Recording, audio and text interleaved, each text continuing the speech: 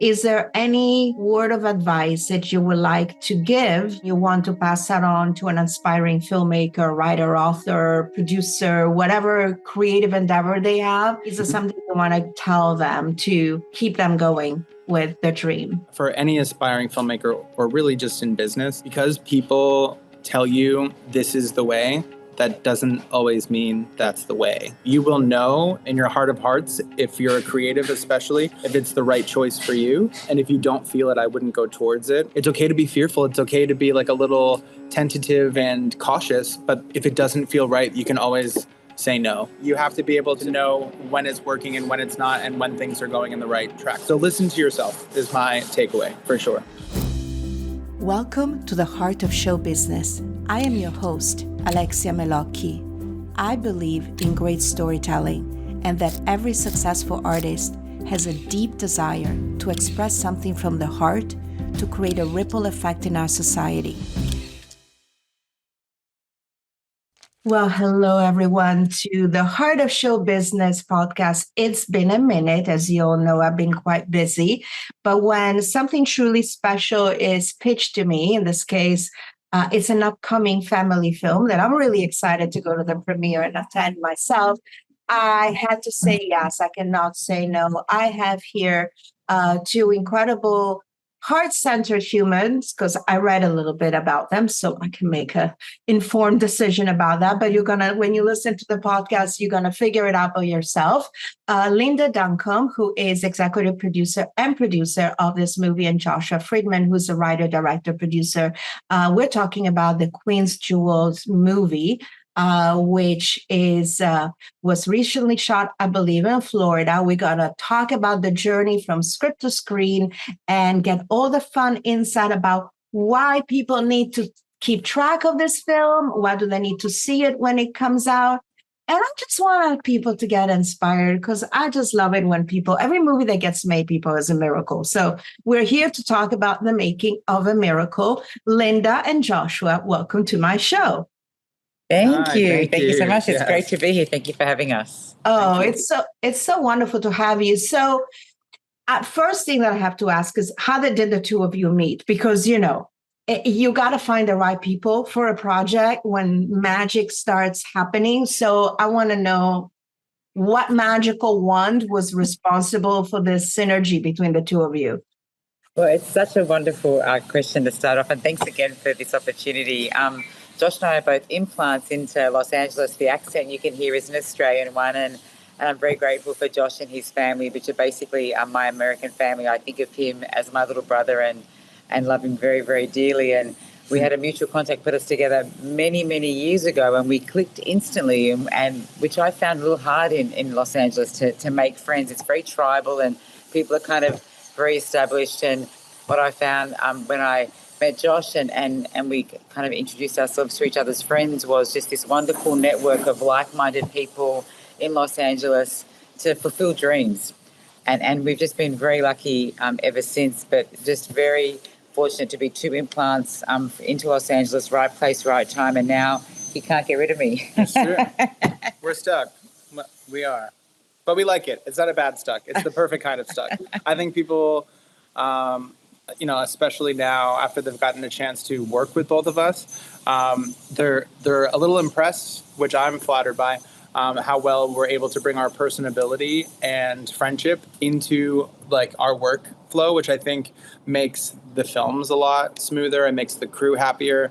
And yeah, I mean, honestly, I'm lucky to have found such a wonderful person and somebody that is literally my big sister to do this with. Like, that's a privilege in itself. So that is such a wonderful synergy. I love that. So when you guys met, had you already done your short, Joshua, and you showed it to Linda, or was it something that you guys did together as well? So tell me a little bit about the journey, because of course I want to know how many years it took you. We all hear is like, diverse probably when this happened, but how did this thing come about when you ended up pitching it to Linda?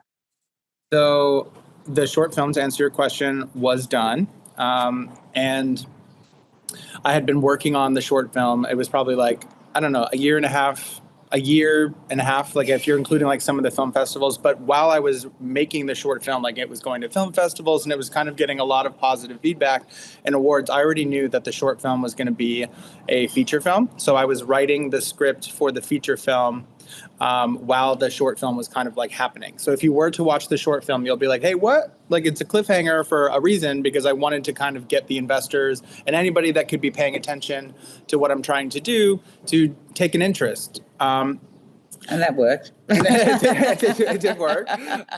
So there was a little bit of a strategy behind it, which, we got to where we are now, which is really exciting.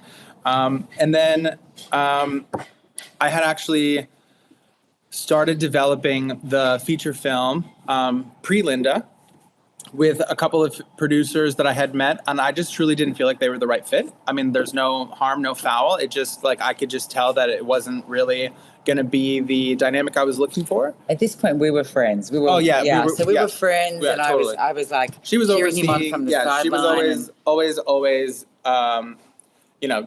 being like, wow, that's incredible. I mean, she helped me navigate the strike as well, the writer's strike, because as an independent, you had a little bit more privilege to be able to go out and make a movie. But that doesn't mean that the actors that you want to work with, they might have, you might have the opportunity to do it, but they might not want to because of their standpoints. Linda was always the biggest cheerleader. And I had started to work with a new production company, and around, I don't know, a few months in, the script is kind of getting tightened up. We're pretty looking good to like start doing this. One of the producers actually said like, hey, do you think Linda would be interested in being an executive producer because of her financial background, and she's very well regarded in the industry? And I was like, absolutely not. I love that. I was like, no way. There's no way that I'm gonna like ruin that friendship. Like, she's got her lane, I've got mine, and I just didn't think it was the right fit. And then, coincidentally enough, like not too long after this conversation, she had actually offered, just being the kind person that she is, to review some of the financials, just to make sure that like I was taken care of and making sure it's all looking good. And she had some incredible insight. She brought forth like her, she's obviously well renowned in the industry, bank to the stars. She had been doing this for quite some time. So she's worked on $1 billion budgets and this and that. So I at one point I like looked at her and I was like, I can't believe I'm going to say this, but like, would you have an interest in doing this with me? And she was like, oh my God, yeah, like, let's do it. And then I was like, oh my gosh. And now here we are. And it's been a really great roller coaster since. And in fact, like looking back now, I am like, if I didn't ask that question, like, I don't know where I'd be. Like, you know what I mean? Like, you don't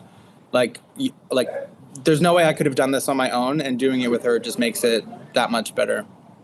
Oh, what a wonderful story. And it's so non-Hollywood, right? Because I mean, there's somebody with an agenda. I get asked for money every single day, and then you're like, the audacity, people are going it. And then when people say, well, why don't you ask your friend, ship owners, this and that? And I'm like, I'm never going to do that because I do not want to ruin the friendship. If they see something and then they come to me and they say, oh, this is interesting, then that's great, because exactly the same thing. You want to keep your friends close because ultimately those are the people that you trust, that you're going to be on set. Everything can go wrong, as we all know in a movie. Things can just go wrong until like you're like in post and you're like picture lock. Everything can go wrong, and so to have those people that you can actually openly have conversation and saying, how do we tackle this issue? This is so important. So I love Joshua because that shows like a strong sense of ethics. The fact that you value the relationship more. You did believe in your craft. You did believe in your storytelling and in the value of your story, but you also believed in the friendship first and foremost, which is which is really wonderful. Yeah. And I love that you chose to highlight the place that you grew up, because you are a Florida guy, and I guess you filmed it in Florida. It looks like Florida. You kept it true to the story, right? You didn't go in another Florida. A couple of things. So I actually grew up in Connecticut, and my family moved to Florida like like 15 years ago or something. So it's become home for me. But the town, has incredible significance for my family, but also for the story that we're trying to tell. So yeah, the story is essentially like, if you were to Google like 1715 Spanish fleet, you can get a whole like history lesson on what had happened with the queen and the king. And, she wanted a baby he needed an heir. And she was like, I'm not giving it to you until you give me all of this money. And it was a whole thing.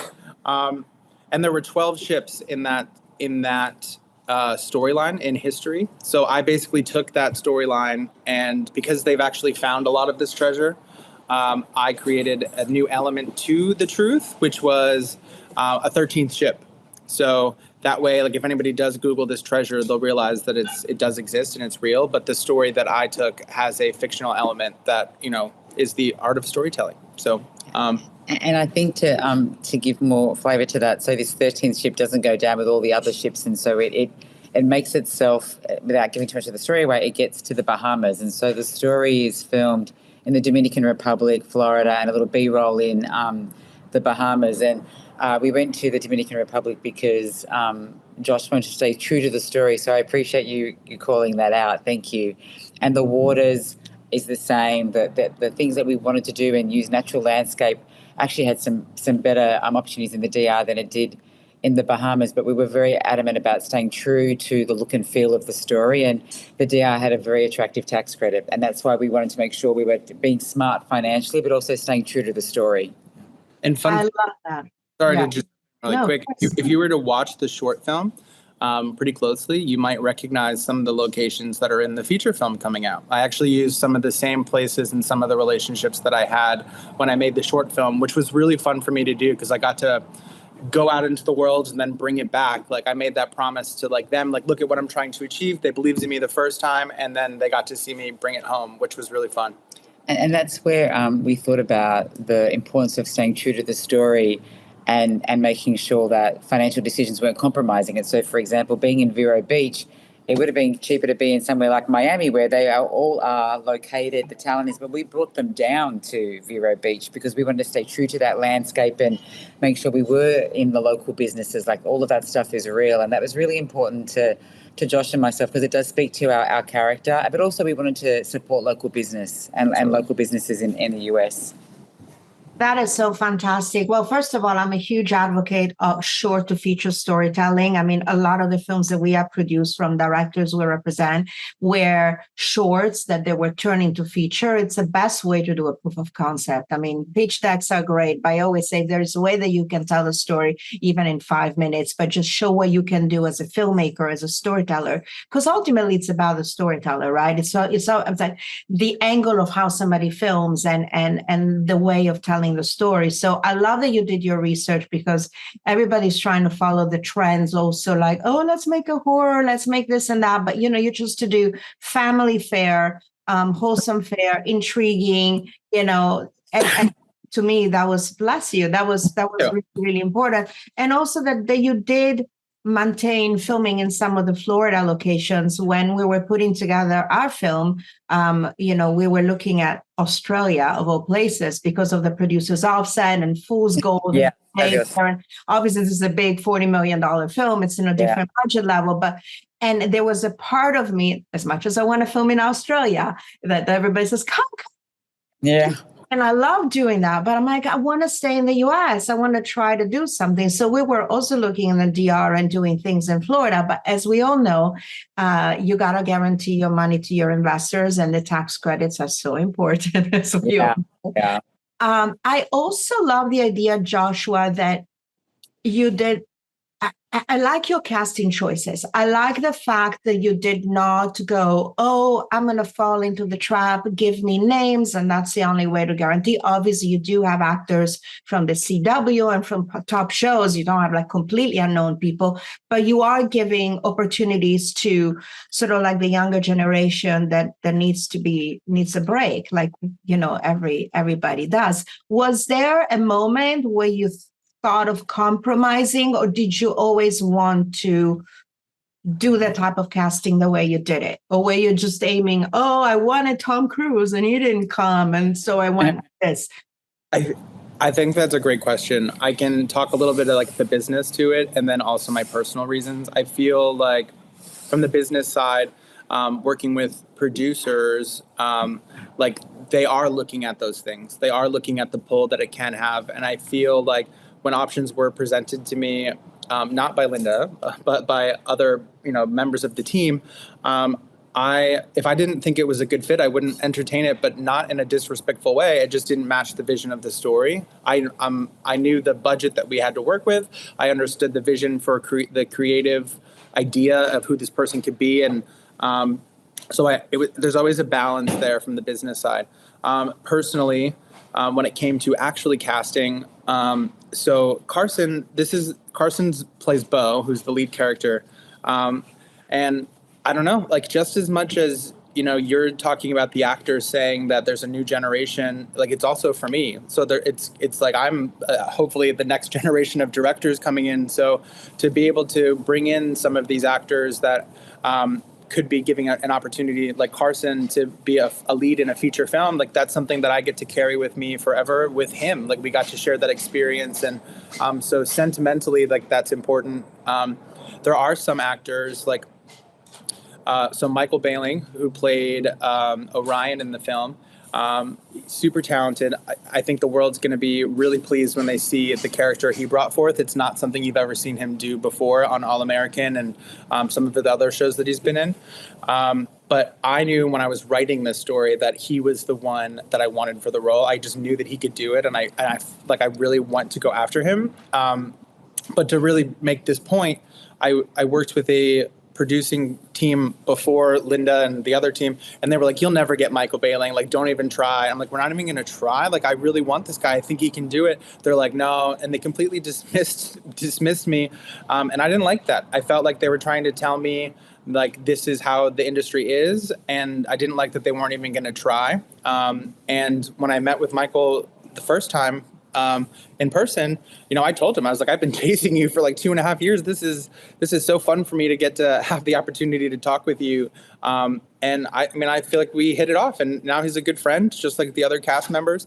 And yeah, so each actor has their own little kind of origin story. But yes, it's a balance between the business of like what's needed, but also staying true to the creative integrity of who these people are, and in my mind, and bringing them to the screen. That is such a fantastic story. And I love that you had the meetings with the actors. Every film we have cast ourselves, and even some of the directors say, have a meeting. Don't even go through the audition process. Of course you want to go through some of that, but when there's people that you really want to work with, have the meeting and have them get to know you as a filmmaker and, feel the passion behind what's on the page. Can I ask you how many days it took you to film the movie from start to finish, like principal photography meaning?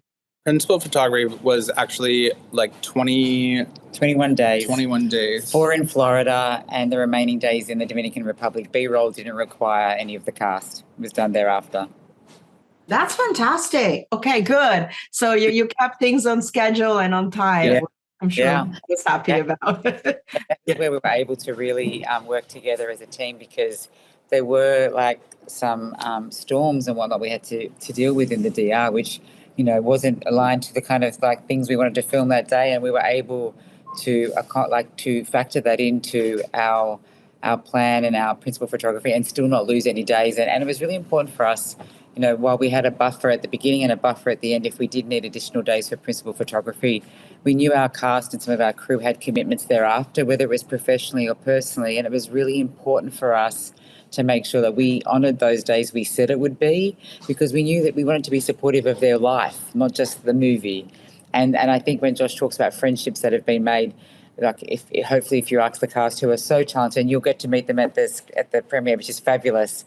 They're going to tell you that we were very focused on making sure as humans they were happy, because that brings their best work anyway. But we just want to make sure they were enjoying the experience as much as we were. Ah, that's so beautiful. So what would you want? Obviously everybody's aiming at having something come out into the theaters, right? And it's such a challenge. It's such an uphill battle, as we know. What do you want the audience to take away when they see your film? Like what is your hope that they're going to be feeling or, drawn to when they see your film? And it's for both of you, I guess, because it is a team effort. I'm going to jump in first because I'm going to lead to something that I hope he says. So I want people to see it just as a family film. Like, we actively went about not wanting to make any political or religious statements. We just want people to enjoy the film for pure entertainment. Like, it's just a movie that you walk away and you feel good about. Like, you're cheering for the good, the good guys in the film, and there's strong characters, and they really bring Josh's script to life. And he did a fantastic job as the director. And I'm hoping, and we showed a screening at the end of last year, and, one of the more common questions asked was, oh my gosh, this is a fantastic story. Is it going to have a sequel? And I'm like, oh my gosh, I would love a sequel. Josh, what do you think?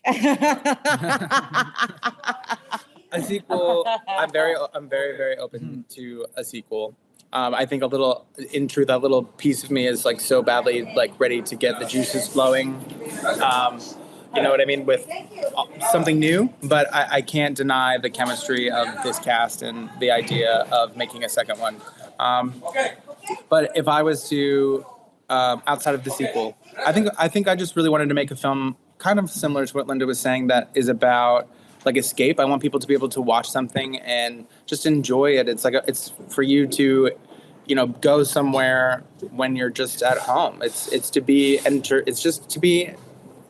I made it to be entertainment. I'm not trying to win an Oscar yet. Although it's beautiful. Yeah, it really is beautiful. It's a great film. I just, it's for everybody, and I hope that people find joy in getting to see something that is, fun.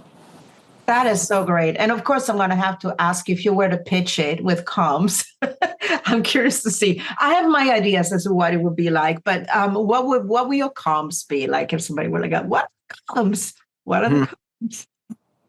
I mean, I say the film is like Indiana Jones on water. It's a very fun adventure where you're rooting for the good guys. Like, you want them to win, and there's strong male characters, strong female characters. Like, there's a local vibe with one of the characters, the one that Michael Bailey plays. Like, it's a film where it's one of the proven formulas around filmmaking where you do get to escape and you are cheering for the good guys, and you walk away going, that makes me feel really good about something, so we with some of the conversations we've had around sales and distribution, where we've had to sign some NDAs, they go into like one sentence, what's the movie? I said, a movie that's going to make you happy, think Indiana Jones on water. That's how I kind of describe it when I'm in the elevator pitch. Yeah. I would say I hear a lot, and I saw it too, but there's a show on Netflix. It's called Outer Banks. And that's what I was thinking. Yeah. And I actually started to watch the show, and then I actually had to stop watching the show because I didn't want to like get it all mixed up when I was like writing things. So now I have made the film and I got to watch the show, and I think it's a great show. But it is very similar, but it's very different at the same time. And what I like about the difference but similarity is their story is based off of a completely fictional treasure, whereas ours is like, it actually was inspired by like me being at the beach and, learning about the history. And but yeah, same kind of like demographic, a little bit different storyline, but kind of, the same. I mean, obviously it's the same theme for sure. I mean, if I had the opportunity to make a show, who knows where I'd go with this story, but we only have an hour and a half and they've got, episodes. So. Yeah, I think it's great what you said that, because I don't think there is anything that you can say. I think there's something good about doing things that are slightly similar to something else, because then you're already showing that there is proven success. I mean, I can't blame the studios, because sometimes people complain. It's like, what? In this movie or what? Well, they are, because sometimes they have a proven audience. Maybe it was from 20 years ago, but it was still a proven audience. So there's nothing wrong with trying to do something that is mainstream that people are going to get. And as we all know, family movies live on forever, which is a very smart choice, if you ask me, and from a financial standpoint, to try to do something like that versus following what the current trends are. And this is a moment for both, I always love to ask this question, but it's like, was there a dark moment in the journey? And you can answer that separately. Whatever, your oldest lost moment that you have, even in screenplays, where something goes wrong, whether you're filming, whether in the finance process, whether in the creative process. And what kind of mindset trick did you use to get yourself out and keep going? I can start. You go. Yeah. It is such a good question. I do think my banking background and working in multiple countries in roles that I've had previous really allowed me to bring a skill set to the film. And I was on set for the whole of the principal photography. And there was a day we were in the DR and it was the most horrendous storm. We're all in our trailers. It's thunder, it's lightning. And I'm trying to have a conversation with some of the producers about some of the things that we were going to be doing in Florida. And it was a major scene that they were saying we couldn't do. And we were like 7 days out. It was a critical part in the movie. I don't want to spoil it for you. And they were like, Linda, not only can we not do this, but you have to go tell Josh. And I'm like, it's like 6 days out. Like, this is madness. And I remember, like, I'm literally standing under a tree and there's thunder and lightning. And I'm like, I'm not actually safe under this tree physically. Like, I got to get into that trailer. And it was a very strained conversation. And I walked away thinking the person who I absolutely love as my little brother, I'm about to tell him something that is going to upset him. And rightfully so. And one, I didn't love being put in that position. But two, I was the best person to tell him. I just didn't want to be the one to have to deliver that message. And because of how much I personally love him, but how much I professionally respect him. And we were in the DR filming, like we were doing really long days. It was 6 day weeks. There was a lot of pressure on him and he was handling it so beautifully. I didn't want to bring something that was going to distract him, but it had to be dealt with. And I did. I sat him down and we had a really, again, like a very open, transparent conversation. That's how Josh and I always communicate. But it was hard. And actually how this scene plays out as I'm thinking about it in my head, and this is not why I started this is not why I started to tell this story, but where this scene actually went was me giving an idea to Josh. This is how open he is in the creative process. I mean, maybe if you think about this, because I saw this other scene being filmed and I think it's got a really nice connection. Josh goes, I really like that idea. This is why he's so respected, like on the set with the crew and the cast, because he's so open and he's very collaborative. You know, he knows he's the director, he knows he's the writer, he wants to hear people's perspectives. And how this scene changed started with me having to give him devastating news. And then as we were speaking about it, because he was so open to it, I started to ideate and this idea came to me and we changed the scene. And that what was so hard became a golden nugget. And that talks to his character, but also talks to how, you know, like when there was a problem, we were able to pivot the plane in the air. And that's a credit to you. Thank you. It's really nice. Wow. From heart to golden nugget. I love that. And at the premiere, I'll come up quietly and I'll show you the scene and you go, oh my gosh, he did such a good job how things were being played out. And it was phenomenal. He did such a great job. Ooh. Joshua, how are you going to live up to that response? The hardest, darkest moment was when she had to tell me that news. No, I can come up with something else. There was a day, it was actually pre-storm, both coincidentally weather related. And it was our last day being able to film in a certain location. But because we were shooting 6 day weeks and really long days, I had to get this one scene, and without the scene, like the story just doesn't connect. So with the storm coming in and it getting darker, I started to get really nervous because like the lighting looked a lot different. It's supposed to be midday, but now it's looking like really dark. And I'm asking like the team, like the visual effects supervisor, like, hey, could we fix this later? Like, what are we going to be able to do? And as soon as everyone's starting to get a little chaotic, you know what I mean? There's nothing I can do as the director. I feel like I did my best to keep everybody calm or this, but like tensions are building, but like the storm, like you can actually see it coming this way. So we got like 1 or 2 shots off. And then there comes the rain just like completely downpouring. And I felt like I was being rained on, like, are you kidding me? Like we just started, we finally got everything set up and now like I can't do this. And I, with Linda and some of, people are your friends as well. They're your crew members. Of course, they're my friends too. We got back to the hotel and we had a chat, and, it was just being able to have the team and having Linda to be able to talk things through, to be like, hey, like, I understand that this sucks and like, I didn't get it, but like, what are we going to do to get it? And it just meant more communicating to the team. We were able to go back to the same place at a different time, even though the other place, like first they were like, you're never going to be able to get this again. It was like a state park. It was a whole thing. You needed a permit. But we just like, with patience and with calmness, and being able to talk it through with reason, was really good for us, because we were able to go back and get what we needed. And I thought it was like the end all be all. I was like, why am I even making a movie now? What is the point? You had his little director drama moment for That's not at all.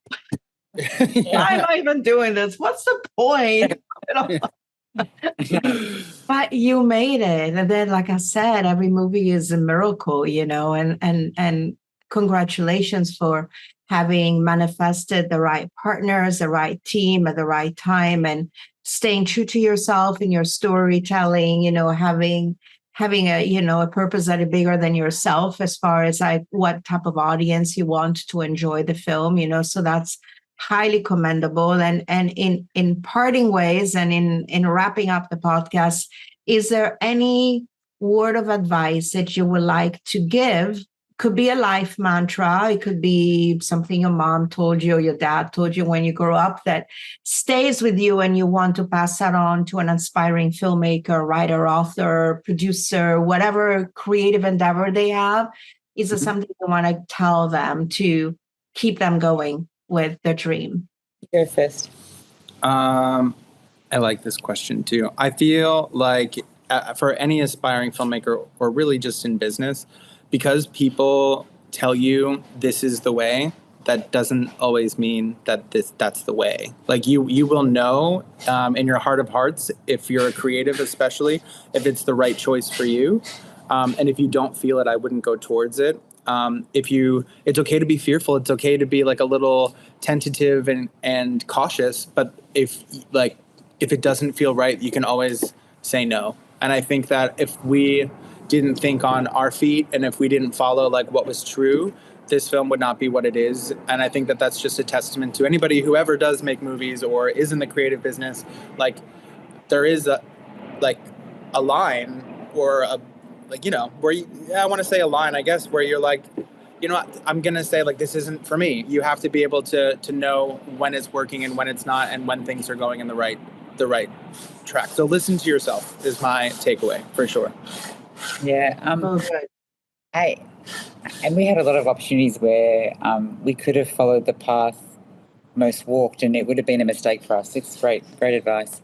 I would say that I grew up in a family that was very loving and very happy, but it was government housing. We had no money.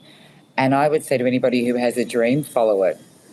And when you're told no, or that's not normal, or whatever it is, or that's not what you get to do, I would challenge that. And it's a little bit similar to the thinking that Josh had on his advice. And I would not lose the curiosity of a child. So when someone says to me, I can't do something and I don't understand it, I ask why. Like, I truly want to understand why. And if I had done what people had said that I should have done, I would not be living in America, living my dreams. And I take that as the gift that it is. I feel very privileged to do it. And it takes a lot of hard work and a lot of self-belief. But don't let someone tell you what you can and can't be in life. Go for it. Ah, I love that. That is so true. And I always say, and somebody said that, I'm going to steal their line. And I don't even know who it is that said it, but somebody said that every no that you get is just bringing you one step closer to a yes. And so look at it as the end all, like you said, because there will eventually be a yes. So great. I got another no out of the way, right? So I'm getting closer to the yes, and staying true to yourself. And when there is a will, there is a way. Like all those things that they passed on, I think even our parents and our grandparents, this wisdom from the old ways, I think they stay relevant and they're timeless. And I believe it applies in every area of life. So It's been such a pleasure having you on my show. I can't wait to come and see the movie. I think in 2 weeks, not even, and we'll promote it. And I wish you nothing but success to both of you, and continue to produce and make great work, and staying true to yourself. And for any of you who have listened to this episodes, if you have questions, please drop them in the DMs on the YouTube channel, on my Instagram. Please follow the movie. I will drop in all the social links to the movie. Subscribe, rate, and review if you enjoy this podcast. I don't need to say it again to any of you listening. This has no sponsors. It's self-financed. It's just because I love bringing people like Joshua and Linda on the show so that you too can go after your own dream. And thank you, Linda and Joshua, for coming on. Thank you for having us. Thank you. And I know we're a little casually dressed today, but it's because we're doing some charity work for Habitat for Humanity. So thank you for allowing us to do this. You've just been wonderful to accommodate it. Thank you so much for the opportunity. Thank you. You're so very welcome. And this is the Heart of Show Business. Over and out.